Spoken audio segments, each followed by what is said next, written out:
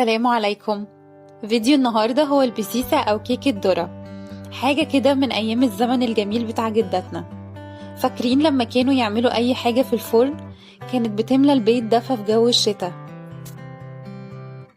احنا النهاردة هنعملها بطريقة زمان اللي هتخلي ريحة البيت كله برتقان أول ما تطلع من الفرن. شايفين لونها حلو ازاي؟ كمان كانت طرية جدا، في نفس الوقت مش من الكيكات اللي بتفرول، ماسكة نفسها. كمان هقولكوا على سر من أسرار لونها وتماسكها ده. أول حاجة معايا 2 كوب دقيق ذرة أصفر أو أبيض، أنا هنا كان معايا ذرة أبيض، ومعايا نص كوباية دقيق أبيض عادي، ورشة ملح، ومعلقة كبيرة بيكنج باودر، و3 بيضات، ونص كوباية زيت، وكوباية سكر وفانيليا، وأي كوباية سائل، ممكن يكون لبن أو ممكن يكون برتقان، كمان ممكن يكون عصير جاهز زي ما أنا استخدمت. وده سر لونها وتماسكها، كمان انها ما تفرولش لما تبات او تنشف. اول حاجة هخلط المواد الجافة، هحط رشة ملح ومعلقة بيكنج باودر وهقلب كويس. تاني حاجة بقى في الخلاط هحط 3 بيضات طبعا بحرارة الغرفة، كمان هحط نص كوباية زيت ذرة او عباية شمس، كمان هحط كوباية سكر عادي، هحط كوباية العصير،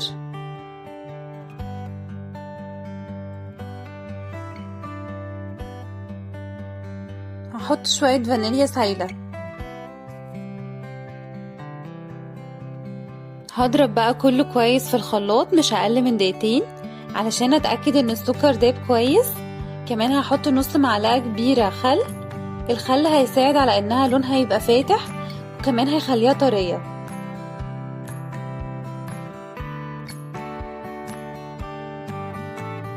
هنزل بقى بالخليط السائل على الدقيق والملح والبيكنج باودر، وهقلب كويس لحد ما اشوف قوام الكيك. المفروض الكيكة دي يبقى قوامها ولا تقيل قوي ولا خفيف قوي، يعني وسط. هنا انا احتجت نص كوباية دقيق ابيض علشان اظبط القوام بتاعها شوية. انتي كمان جربي الاول في نص كوباية دقيق عشان ممكن ما تحتاجيش الكوباية اللي انا احتاجتها.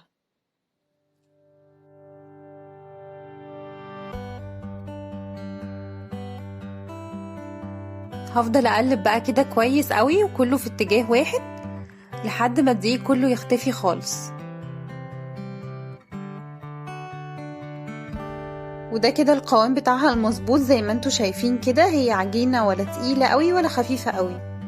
كمان بقى هجيب سباتيولا او معلقة او اي حاجة ممكن تبقى واصلة للقاع يعني، وهقلب كده تقليبة كمان علشان لو في اي دقيق لازق تحت يعني احاول ان انا ادوبه قبل ما اجي احطها في الصينية.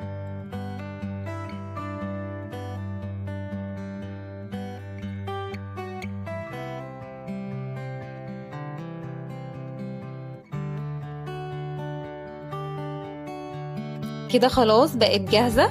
هجيب بقى صينية ألومنيوم وادهنها زيت كويس جدا من كل الجوانب، وهنزل فيها خليط الكيك. كمان بكون مشغلة الفرن وانا شغالة في الكيكة من الأول علشان تدخل على فرن سخن.